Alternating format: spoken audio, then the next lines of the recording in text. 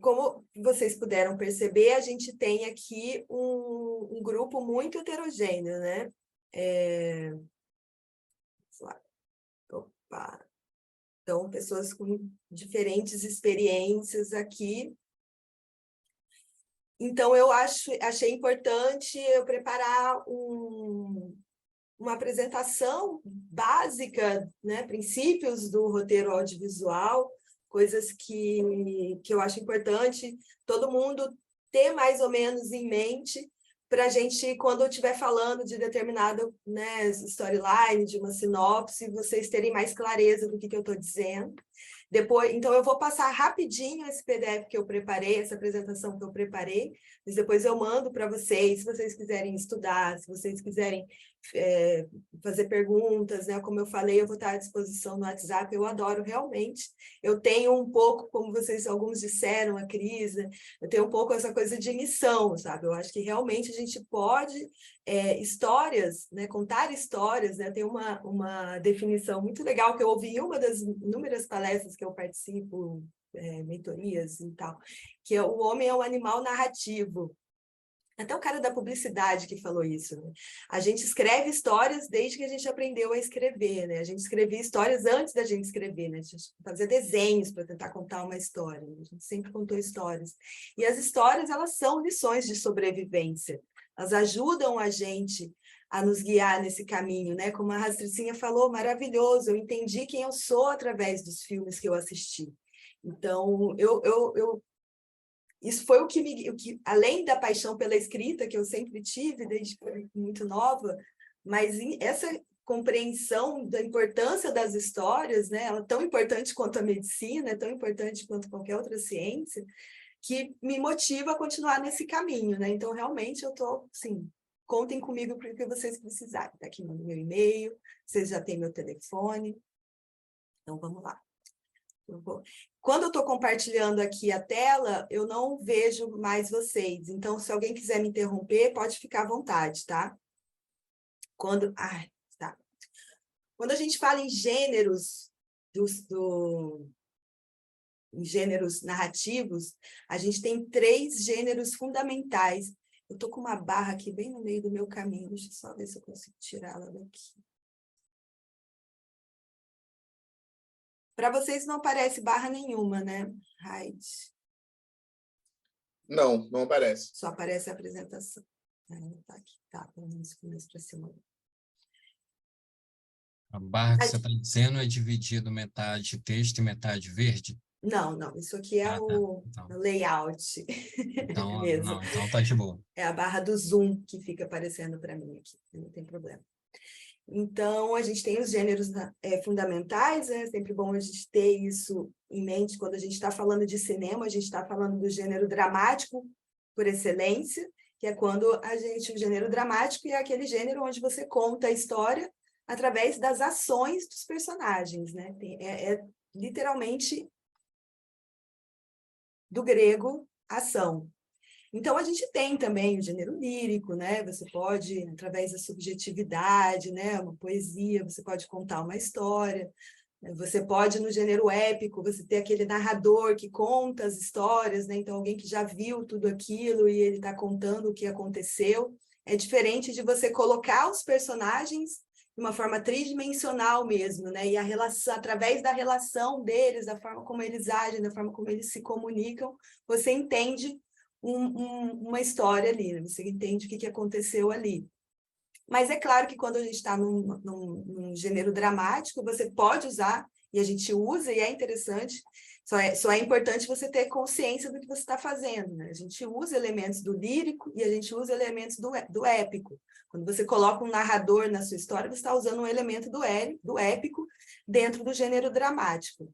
Mas como o gênero dramático é ação por excelência, você não pode colocar um narrador que vai explicar tudo o que está acontecendo, porque aí você sai do gênero dramático, você se perde dentro do que você está fazendo, né?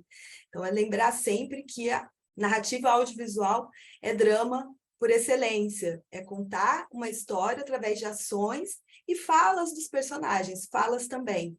Só que essas falas, elas não podem ser falas que expliquem a história, né? Elas são falas que, através, né, que colocado ali os personagens em contato uns com os outros, essas falas, elas geram um significado, né? Elas não estão explicando objetivamente o que está acontecendo, elas estão explicando um sentimento do personagem, que em contato com o sentimento de outro personagem gera um acontecimento. Eu gosto sempre também de, desde o início, pontuar a teoria dos campos narrativos, é uma coisa que, com certeza, para quem nunca estudou isso, é fácil de identificar só lembrando dos filmes que a gente assiste, mas quando a gente está escrevendo, a gente precisa ter muita clareza também de qual campo a gente está, qual campo a gente quer, e para não se perder também no que a gente está fazendo, né? O processo de escrita, de roteiro, é muito técnico, não é apenas criativo, né? É criativo também, mas ele é técnico. Então, assim, trazer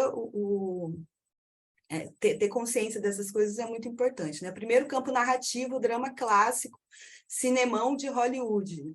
Você vai ter um protagonista, esse protagonista ele tem que ser ativo, as ações dele provocam as situações. Isso é um protagonista ativo.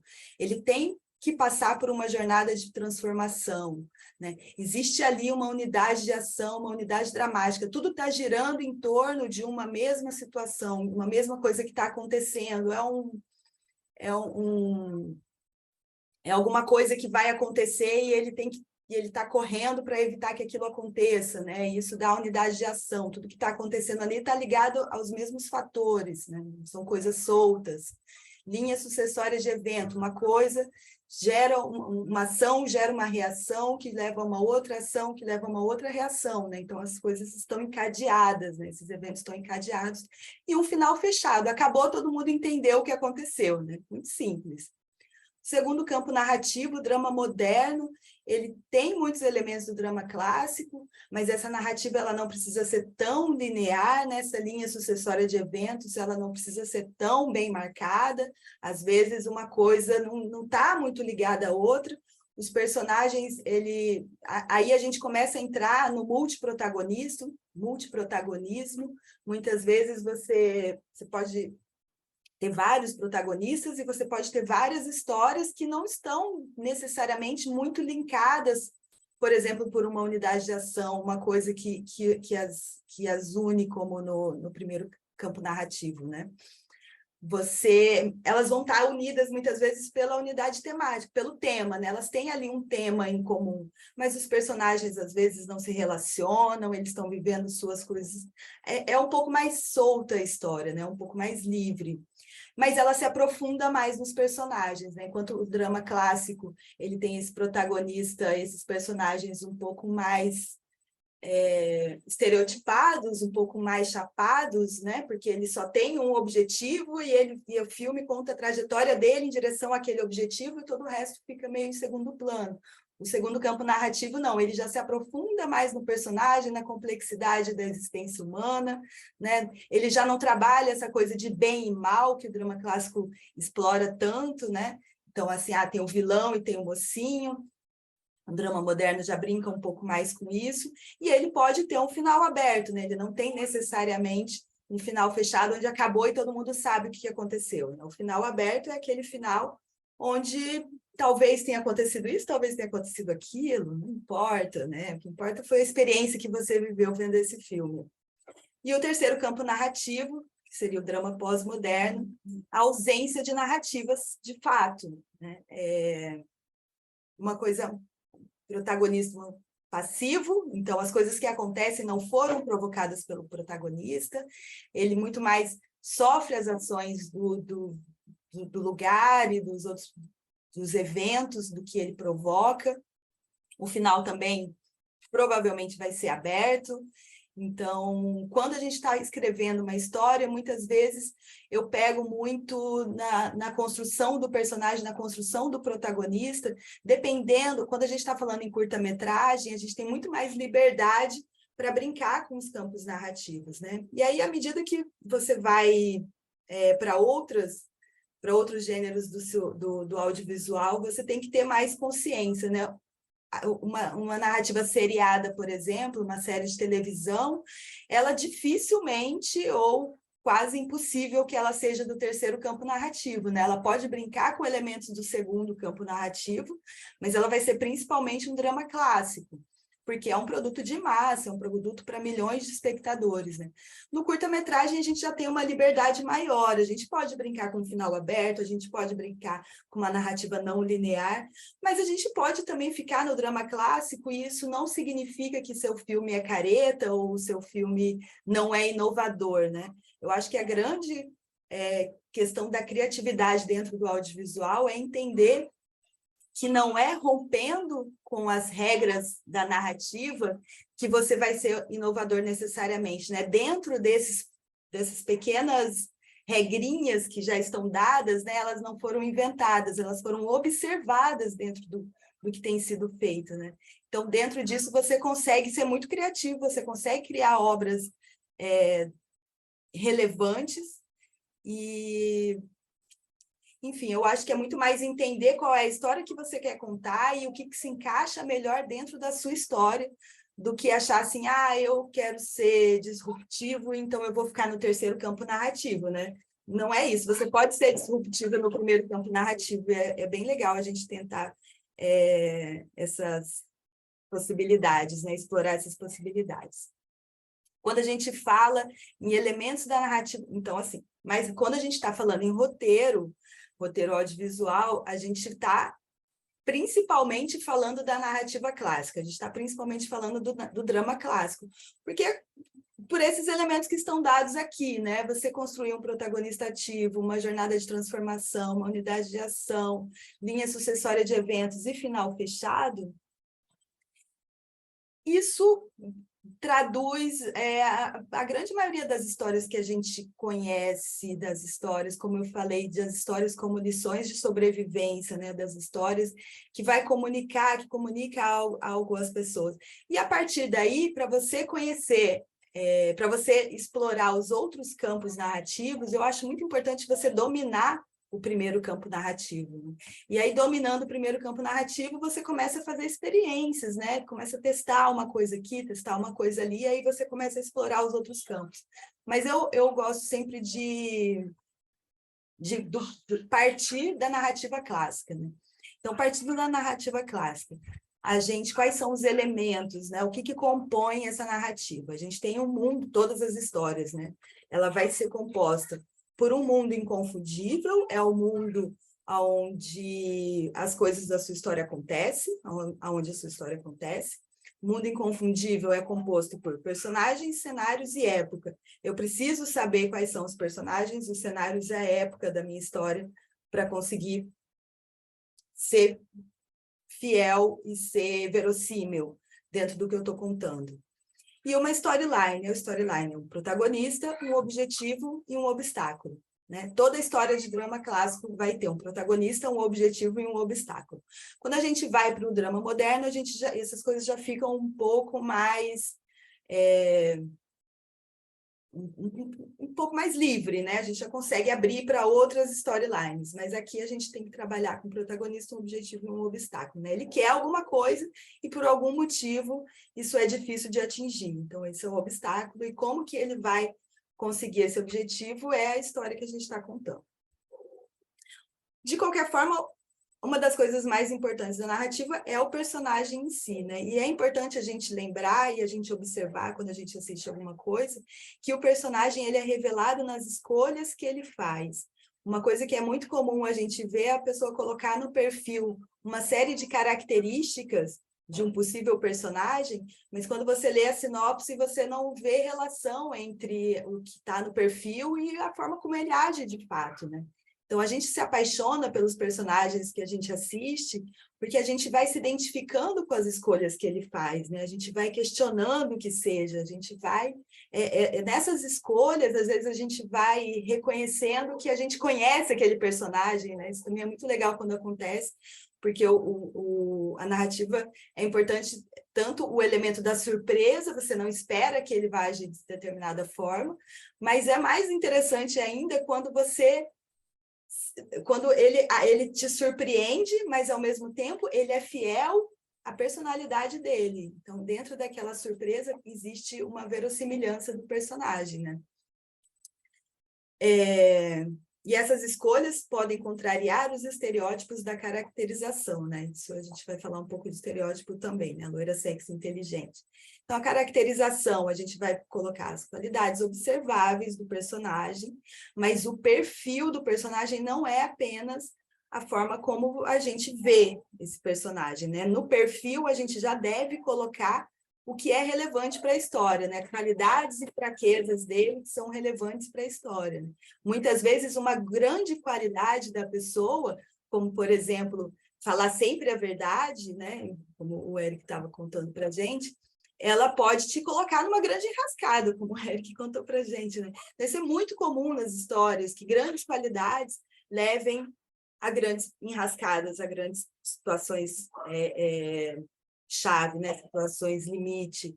Game of Thrones tem um clássico do Ned Stark, que o seu senso de honra, né? Ele avisa a rainha que ele vai denunciá-la e que ela vai perder tudo que ela tem. E aí o que acontece, né? No próximo ato, a rainha manda cortar a cabeça dele. Então, é uma grande qualidade, ele avisa, porque é um senso de justiça que ele tem em si, que o leva à morte. Então, assim, colocar no perfil essas coisas é muito importante você entender. E o objetivo e o arco narrativo, né? Então, arco narrativo do personagem. O personagem, ele começa aqui acreditando nessas coisas, e ele vai fazer um arco de transformação, e ele vai chegar, aprendeu alguma coisa nova, talvez não, nem sempre o arco tem a ver com aprender alguma coisa. Às vezes o arco tem a ver com conseguir provar alguma coisa, né? Mas é alguma coisa ali que transformou o personagem, né? Elementos da narrativa. Também é importante a gente ter em mente que o personagem é diferente de papel. Papel é a posição do personagem na trama. Então, o personagem ele pode ser adversário no primeiro ato e ele pode se tornar prêmio na conclusão, entende? É claro que o protagonismo você não muda, o personagem é o protagonista da história, mas ele pode ter um vilão que em algum momento se torna um mentor, né? Então, assim, entender que essas brincadeiras são possíveis, que o papel pode variar dentro da trama e que o papel ele pode se revelar ao longo da trama também. Então, o personagem começa como um coro, escada, e ele se torna mentor. Eu não sei se essas coisas são muito claras para vocês, mas depois a gente conversa, se ficarem em dúvida, o que é prêmio, o que é mentor. Não vou me aprofundar nisso, a gente pode continuar conversando individualmente. E o estereótipo, né? Quando eu falei de o drama clássico explorar muitos estereótipos. O estereótipo por si só não é ruim. Em alguns casos ele é necessário, em alguns casos ele vai funcionar muito bem. É importante a gente entender que o estereótipo, o que define um personagem estereotipado, é que você vai construir um papel, um personagem que é definido por um papel. Ele é a mãe, é a esposa, é o chefe, é o bandido. Então, às vezes, você precisa de um personagem tipo, um personagem típico, porque você não vai se aprofundar em quem é aquele personagem, você só vai ter uma cena ali, alguma coisa, uma sequência, e esse personagem pode te ajudar a evoluir a narrativa, você vai se aprofundar em outro personagem, né? Você não é porque você tem um personagem estereotipado na sua história que você não pode se aprofundar em outro. Mas os personagens complexos, eles aparecem quando você quiser trazer profundidade para o seu personagem, entenda que cada personagem pode desempenhar diferentes papéis, né? Então, a mãe, ela pode ser adversária, a mãe, ela pode ser vilã, a mãe pode ser mentora, né? Ela pode ser mentora e, enfim, né? Você criar essa complexidade mesmo de entender que ninguém está limitado a apenas um papel na vida. E assim também na narrativa, né? Porque a narrativa, ela nada mais é do que uma tentativa de representar a vida. A Sônia Rodrigues é uma das minhas grandes mestres também na minha jornada de estudo de narrativa. E eu gosto muito de como ela explica as etapas da narrativa, né? Tem esse livro dela que eu recomendo, é uma das autoras, eu acho, mais importantes que a gente tem aqui no Brasil sobre séries. Mas isso a gente pode usar... Vai ser um recado aqui, peraí. Ok. Mas isso a gente pode usar em outras narrativas também, no longa-metragem, tranquilamente. No curta-metragem, é claro que você não vai ter todas as etapas da narrativa, dificilmente você vai conseguir colocar todas as etapas, mas é importante você entender que as etapas da narrativa ajudam você a contar essa história, né? Ajudam, existe um... Todo mundo, de certa forma, repete essas etapas nas suas histórias, né? Nas histórias que a gente assiste, seja série, seja filme, ou até curta, sempre vai ter um início onde você apresenta quem são, que mundo é esse, né? Do que eu estou falando. Em algum momento, isso é o início, natural. Em algum momento acontece alguma coisa que desequilibra aquele mundo que foi apresentado, né? Isso é uma ruptura, pode ser uma perda.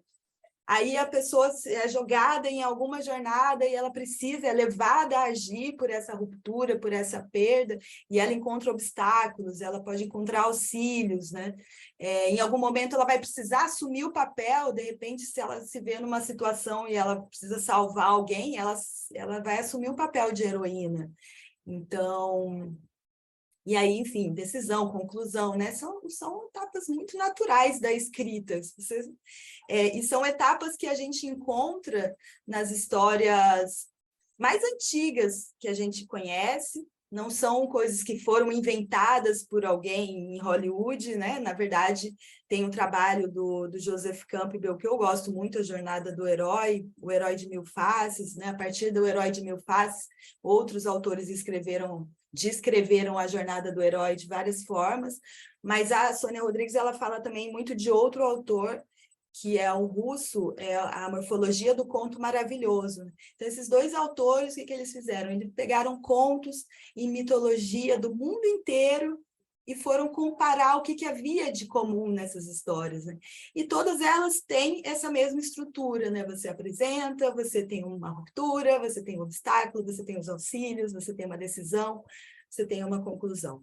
Então, esse é um guia que ele funciona por repetição. A gente reconhece essas histórias, porque a gente conhece essas histórias ao longo dos séculos, né? A gente conhece antes de a gente existir, né? A nossa mente reconhece. A estrutura em 3 atos, ela, de certa forma, apresenta as mesmas etapas, mas de uma forma, eu acho que é mais fácil para a gente trabalhar num curta-metragem, né? A gente entender ali como construir a estrutura do nosso filme. Eu vou falar um pouco mais sobre a estrutura. Eu coloquei aqui algumas dicas para a gente pensar em modos de abordagem público-alvo. Na verdade, principalmente o que está aqui é público-alvo, né? Formas para você pensar o seu público-alvo. Mas eu coloquei modos de abordagem também, porque é importante a gente pensar que, dependendo do seu público, a sua abordagem de determinado tema vai ser diferente, né? Então, se o seu público é o público infantil, é óbvio que na hora de você falar de certos assuntos, você vai falar de determinada forma que seja aceitável para o seu público infantil, né? Se é um público adulto, você pode falar do mesmo assunto, mas a abordagem vai ser diferente. Então, também ter consciência disso é importante.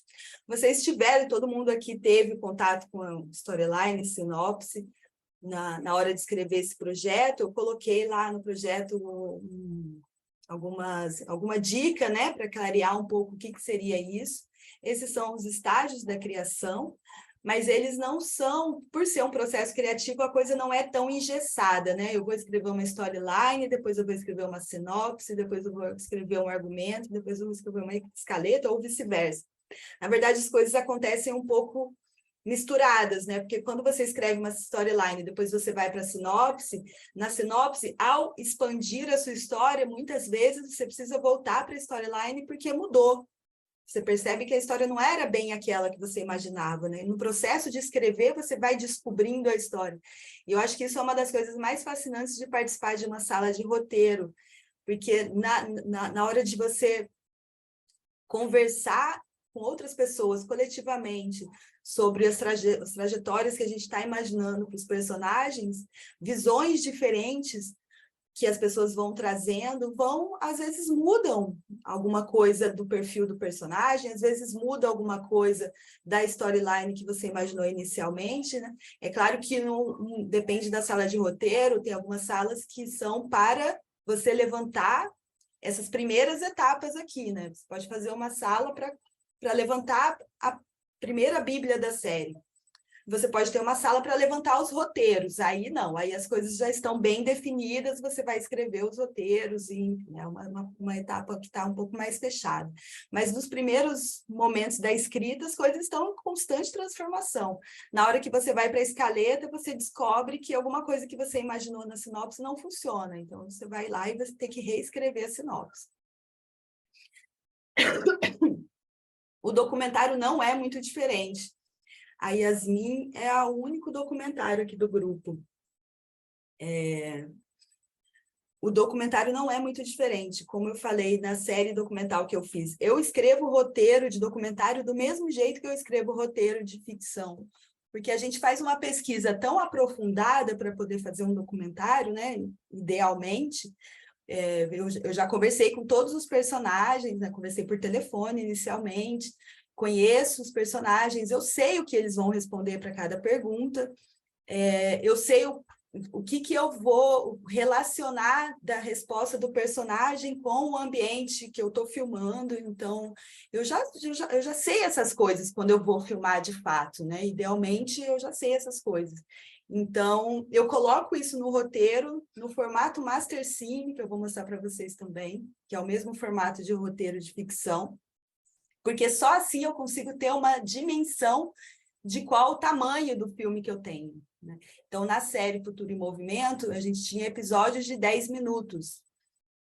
Se eu não colocasse no papel ali, exatamente na estrutura que eu conheço, que é o Master Cine, eu ficava um pouco insegura de, assim, será que eu vou chegar lá e eu vou filmar e eu vou ter o episódio que eu preciso, né? Não posso só sair perguntando, entrevistando e fazendo imagens aleatórias para depois na edição não conseguir montar, né? Quando você está numa estrutura de um programa de um programa que precisa sair, que tem 26 episódios, que está tudo acertado, depois essa série foi para a Globoplay, foi para o canal Futura.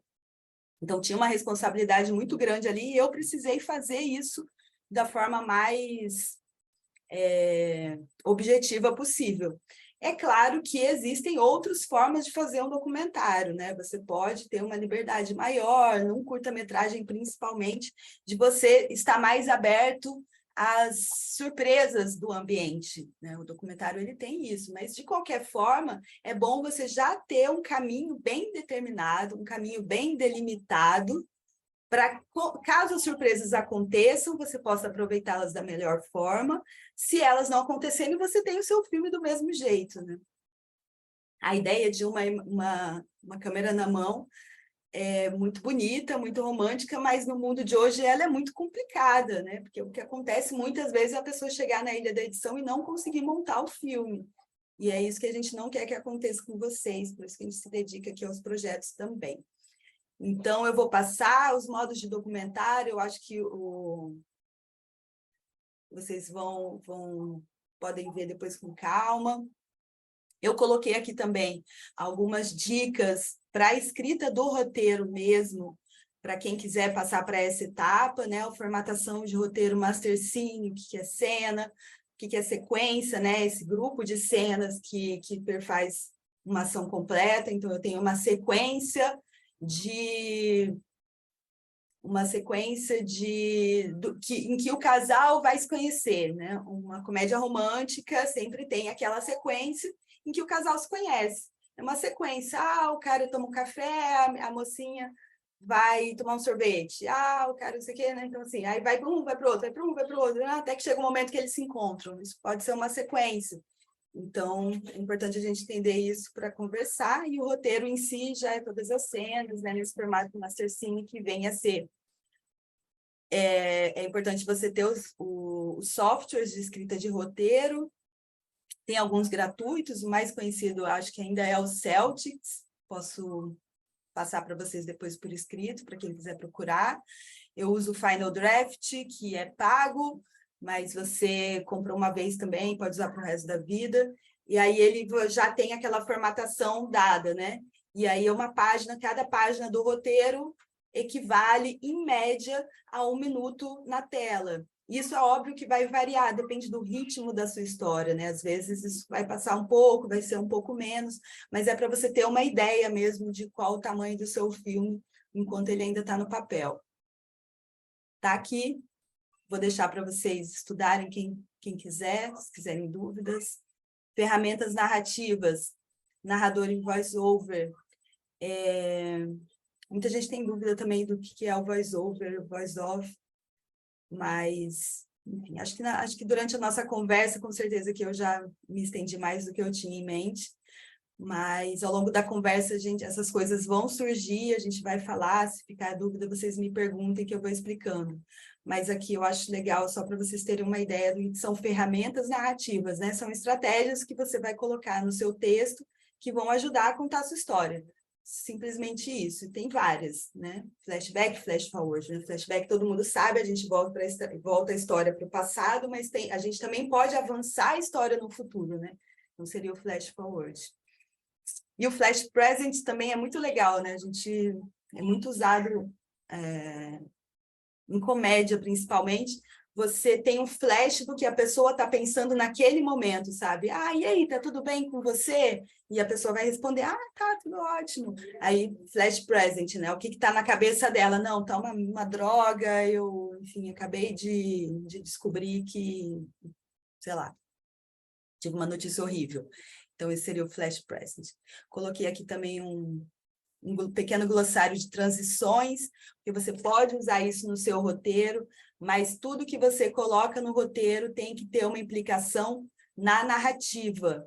Então, isso é uma coisa que a gente pensa que vai ser apenas para o montador, para o editor, pensar, né, se ele vai usar, como que ele vai fazer a transição de uma cena para outra. Mas essa transição, ela pode ter uma implicação narrativa.